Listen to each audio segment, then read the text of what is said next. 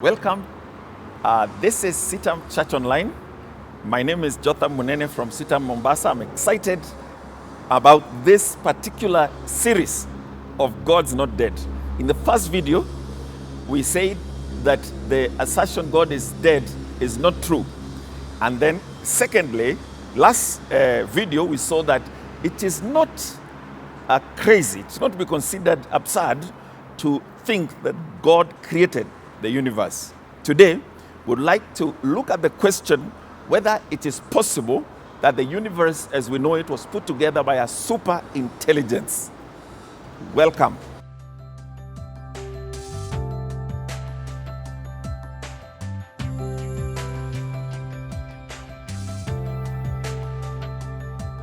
Was the world put together by a super intelligence? In other words, by someone or some force that's more intelligent than us humans. You see, the whole issue of origins is based on two worldviews. One is the naturalistic worldview, championed especially by Charles Darwin and then New Darwinism, which says that there is no intelligent plan in the way the universe has turned out to be. Rather, it's just a matter of mutations, random mutations happening to different life forms that cause system to change gradually over millions of years to have the world as it is today. All the flora and fauna, all the galaxies, all the things that we see in space are a result of random changes, physical laws in the universe. That is one view. The other view says, no, there seems to be a deliberate design that we are seeing in the world pointing to an intelligence or to a being that put these things together and thought about it and planned beforehand.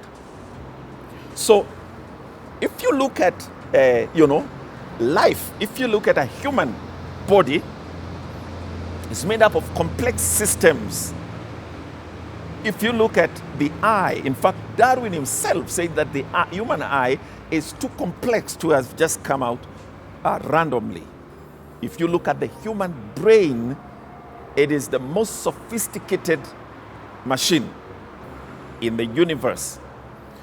But if you look at the planets themselves, the heavenly bodies, and how they move, people like Kepler and Newton are able to show us that the movement of the planetary bodies can actually be analyzed, and there are mathematical laws and equations that can describe how this works.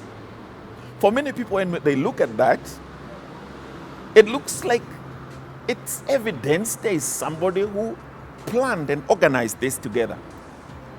One of the people that I've enjoyed interacting with is a scientist by the name of Michael Behe. He is an American scientist whose PhD is from the University of Pennsylvania, and he talks about molecular machines. He says that at the biochemical level, at the cell level, of course microscopic, the scientists have been able to realize some amazing machines happening, and there are several of them. They have been able to talk about bacterial flagellum. They have been able to see energy producing turbines. They have been able to see information copying machines, and so on and so forth. But the example that Behe talks about quite a bit, and he has a book written called Darwin's Black Box. The bacteria has a flagellum. That means this like a tail, which helps it to swim. And so this thing moves the same way that you would move when you are swimming. It is actually connected to a machine. Can you imagine? It is connected to a motor, as it were. And there's a propeller, very much like the motors we design today. this is at the nano level. I mean, it's a very small thing, but it is now clear that that actually is what propels this flagellum when this bacteria is swimming. This has led Behe and others to say, then it looks like also at the atomic level, subatomic level, there is a lot of design that you can see. I want just to mention one more scientist before I leave this particular area. Is a German scientist by the name of Gunther Becky.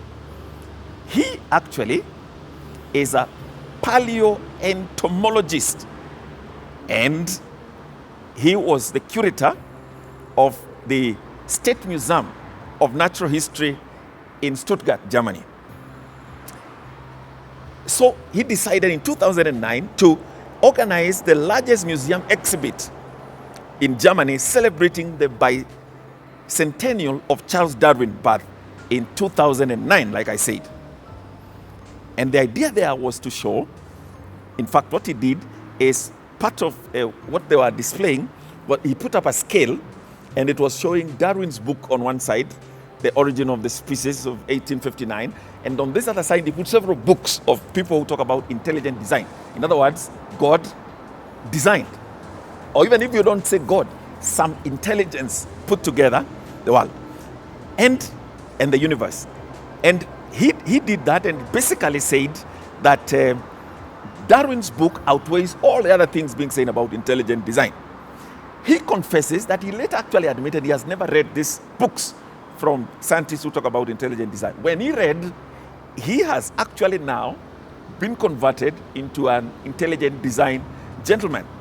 And I think that is extremely interesting. And if you want to Google, you can look through from Gunther's own confession about that.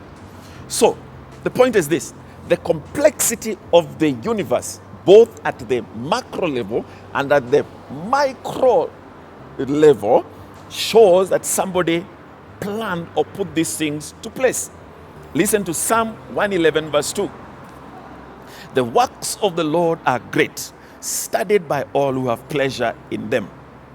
Romans chapter 1 verse 20 says, for since the creation of the world, God's invisible qualities, his eternal power and divine nature, have been clearly seen, being understood from what has been made, so that men are without excuse.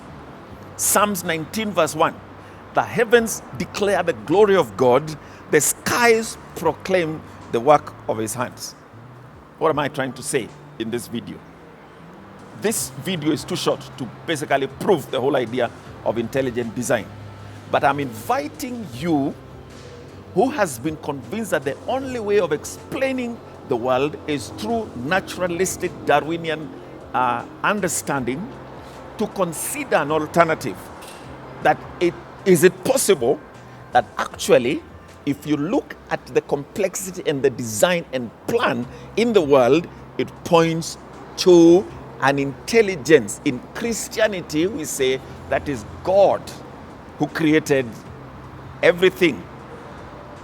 So, both from the Bible and from scientific understanding, it points to the God who made the universe. I invite you to think more deeply about this if you haven't, and to read on and to examine the evidence, and you will see that it is very clear we have a world that tells the story of a designer, God himself.